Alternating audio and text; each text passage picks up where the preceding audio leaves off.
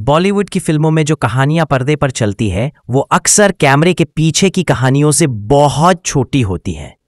क्योंकि सिनेमा सिर्फ राइटिंग से नहीं बनता, वो बनता है इंसानी भावनाओं से, अहंकार, दोस्ती, असहमतियां और कभी कभी चुप्पी से। साल था 1980। एक फिल्म बनने जा रही थी, नसीहत, एक पिता और बेटी के रिश्तों पर आधारित कहानी जहां सियासत भी थी, समाज भी और इंसानी टकराव भी। निर्देशक थे श्याम रंजन, निर्माता रतन मणि। लीड रोल के लिए चुना गया शशि कपूर को। शशि साहब को स्क्रिप्ट पसंद आई। किरदार था रतन लाल, एक जमींदार जो समय और सत्ता के बीच फंसा हुआ इंसान है। उन्होंने कहा, मैं करूंगा ये फिल्म, लेकिन को स्टार टैलेंटेड होनी चाहिए, सुंदरता नहीं, परफॉर्मेंस जरूरी है। डायरेक्टर की नजर पड़ी शबाना आजमी पर। एक्ट्रेस नहीं, एक संस्था बन चुकी थी वो। अर्थ, स्पर्श, पार, शतरंज के खिलाड़ी जैसी फिल्मों से उन्होंने साबित कर दिया था कि सिनेमा सिर्फ ग्लैमर नहीं होता। शबाना ने स्क्रिप्ट पढ़ी और कहा, ये फिल्म जरूर करूंगी। लेकिन जैसे ही शशि कपूर को बताया गया कि उनकी को स्टार शबाना आजमी होंगी, वो चुप हो गए। कुछ दिन बाद उन्होंने डायरेक्टर को फोन किया और कहा, देखिए, शबाना बहुत अच्छी एक्ट्रेस है, लेकिन मैं उनके साथ काम नहीं कर सकता। कोई ठोस वजह नहीं, बस एक निजी असहजता, एक पुरानी तड़वाहट। अब डायरेक्टर और प्रोड्यूसर के सामने दो रास्ते थे, या तो शबाना को हटाएं या शशि कपूर को।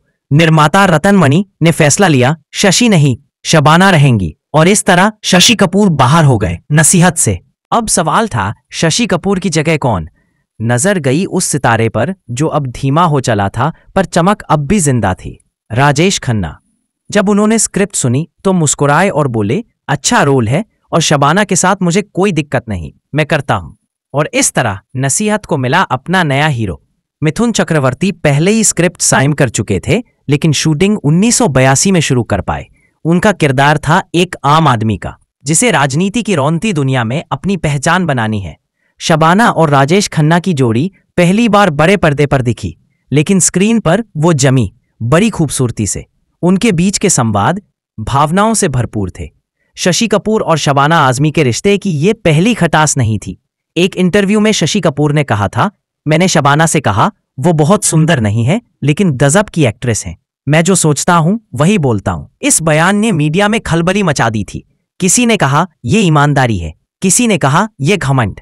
हकीकत ये थी कि दोनों कलाकार कई फिल्मों में साथ काम कर चुके थे, जुनून, फकीरा, इन कस्टडी, चोर सिपाही। लेकिन शायद दिल के अंदर कुछ ऐसा था जो सिर्फ इस फिल्म के वक्त बाहर आया। नसीहत रिलीज हुई 25 जुलाई 1986 को।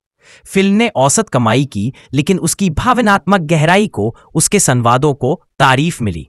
क्रिटिक्स ने लिखा, राजेश खन्ना ने कमाल किया, पर अगर शशि होते तो क्या बात होती। कभी कभी सवाल सिर्फ सवाल रह जाते हैं। अगर शशि कपूर फिल्म में होते तो क्या शबाना के साथ उनकी खटास पर्दे पर भी दिखती? क्या फिल्म ज्यादा असरदार होती? शायद। पर जो हुआ वो भी कहानी का हिस्सा बन गया, क्योंकि बॉलीवुड में सिर्फ किरदार नहीं लिखे जाते, वहां इंसान भी लिखे जाते हैं। उनके रिश्ते, उनके अहंकार, उनके सच।